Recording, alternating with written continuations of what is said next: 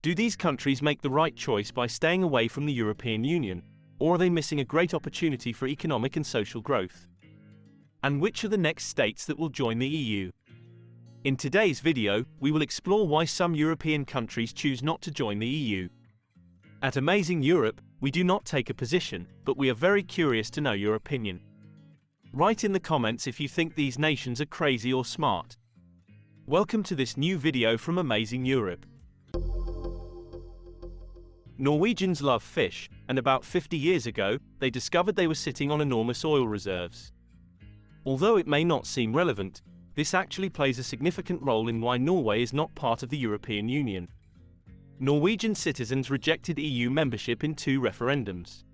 The first was in 1972, with 53.5% of voters against, and the second in 1994, with 52.2% against. The main reasons for opposing membership were national sovereignty and the protection of the fishing and agriculture industries. Norwegians feared these industries would be disadvantaged by competition from other member countries and by European regulations. Fishing is crucial to Norway's economy, being the second most important industry after oil. The oil industry has played a key role in keeping Norway out of the EU, as membership would have meant more control and regulations, especially concerning oil pollution and pricing. To maintain greater autonomy, Norway is not even a member of OPEC, the consortium of oil producers that agree on production and prices. Currently, there are about 90 operational gas and oil fields, with plans to open another 30.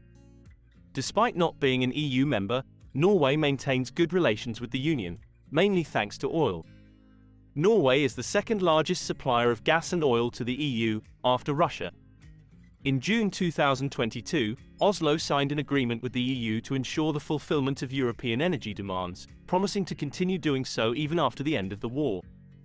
Europe aims to distance itself more and more from Russia, which has increased the Norwegian government's profits.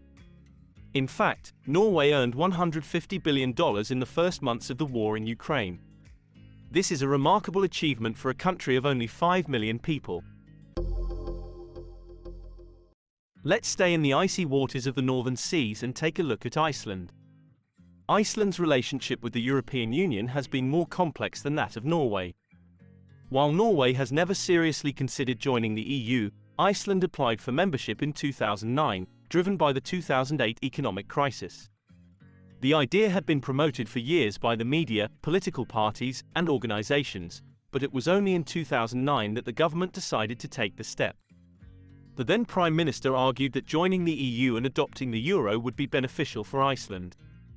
However, there was no referendum to ask the people, as the Independence Party's request to hold one was rejected by Parliament with 32 votes against 30.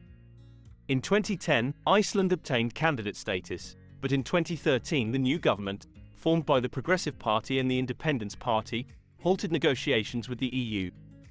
According to various surveys, the inhabitants seemed to support this decision. The main reasons were related to industry and fishing.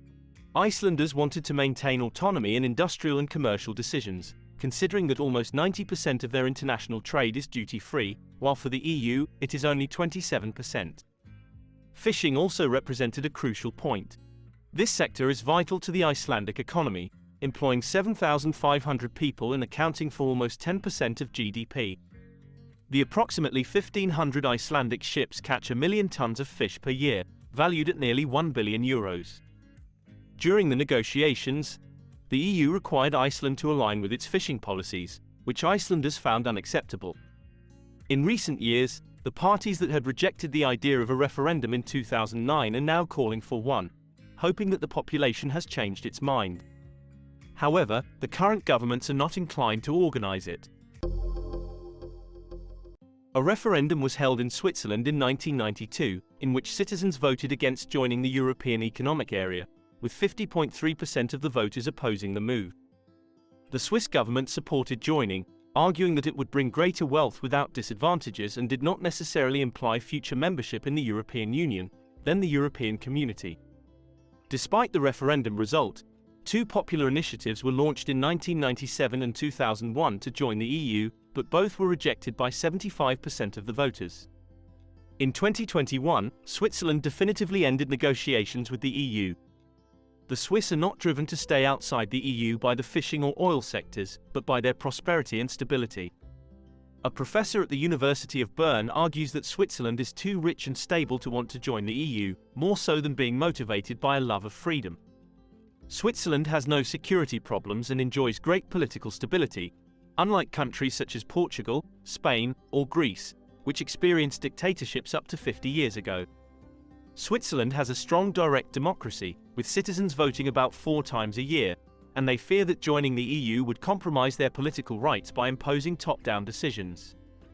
Switzerland also boasts a solid justice system and limited bureaucracy, which citizens fear could be compromised by EU membership. Economically, Switzerland has the highest salaries in Europe, leading to fears of increased immigration if it joined the EU, especially after the admission of Eastern European countries. The free movement of people is seen as one of the main concerns preventing Switzerland from joining the European Union. For the United Kingdom, the desire to regulate immigration was also one of the main reasons for leaving the European Union. From 2004 to 2016, immigration from other EU countries to the UK increased significantly. This surge began in 2004 when many Central and Eastern European countries joined the EU, and many of their inhabitants moved to wealthier nations like the UK. By 2016, immigration had reached a historic peak, convincing many British citizens that leaving the EU would be beneficial for the country. Another crucial reason was the reclaiming of sovereignty. British citizens felt that decision-making powers were shifting from London to Brussels. The economic aspect also played an important role.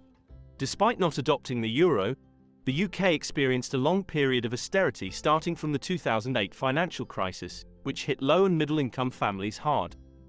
This discontent contributed to the support for Brexit, with the argument that leaving the EU would allow the economy to recover more quickly.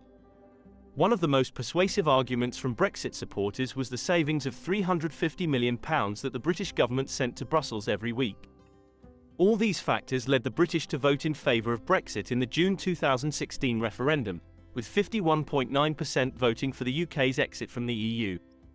The outcome of the referendum caused a global stir, with negative forecasts about the British economy. Now, 4 years after the UK officially left the European Union, the question remains whether the British are better or worse off outside the EU. Has their economy improved or worsened? Share your experiences and opinions in the comments. In any case, let's remember that the United Kingdom never adopted the euro and has always kept the pound. As of 2024, there are still 6 EU member countries that have not adopted the euro. If this video reaches 500 likes, we will make another video on this very topic. If you found this video informative, we kindly ask you to subscribe to the channel and click on the bell to activate all notifications. So far, we have looked at countries that refuse to join the European Union. Now, let's briefly look at those that have not yet joined. The European Union has given up hope of expanding westward, as the countries we have discussed so far are not considering joining the EU. Now, however, it aims to expand eastward. Nevertheless, moving east, we find a nation that has no intention of joining the European Union, Belarus.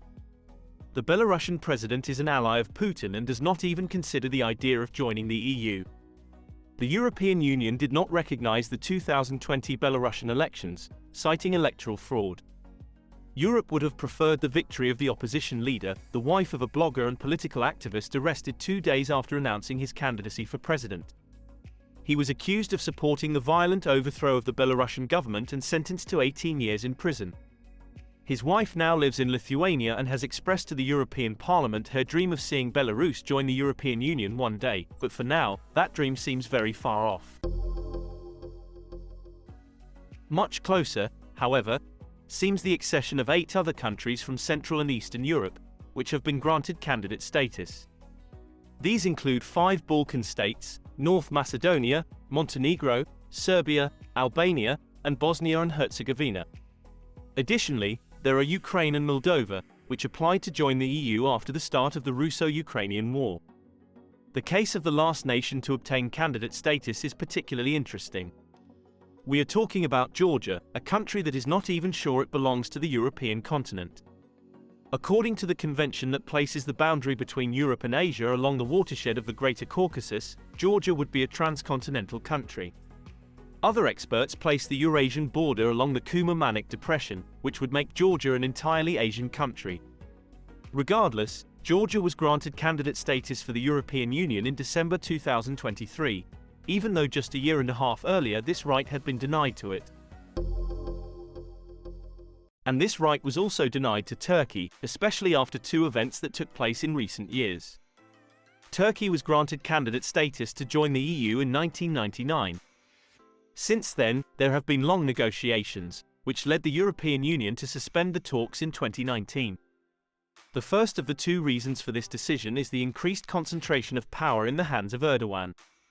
After the attempted coup in 2016, Erdogan strengthened his power, and this did not sit well with the European Union. The second reason is obviously Turkey's relationship with Russia. By distancing itself from the European Union, Turkey has moved closer to Russia, and now Europe accuses Erdogan of helping Putin evade sanctions against Russia. Turkey remains formally a candidate state, but the resumption of negotiations still seems distant. If you are interested in the topic of the European Union, we recommend our video on the European countries where politicians earn the most, where we also take a look at the salaries of European parliamentarians. You can find it at the top right of the screen. That's all for this video. See you next time.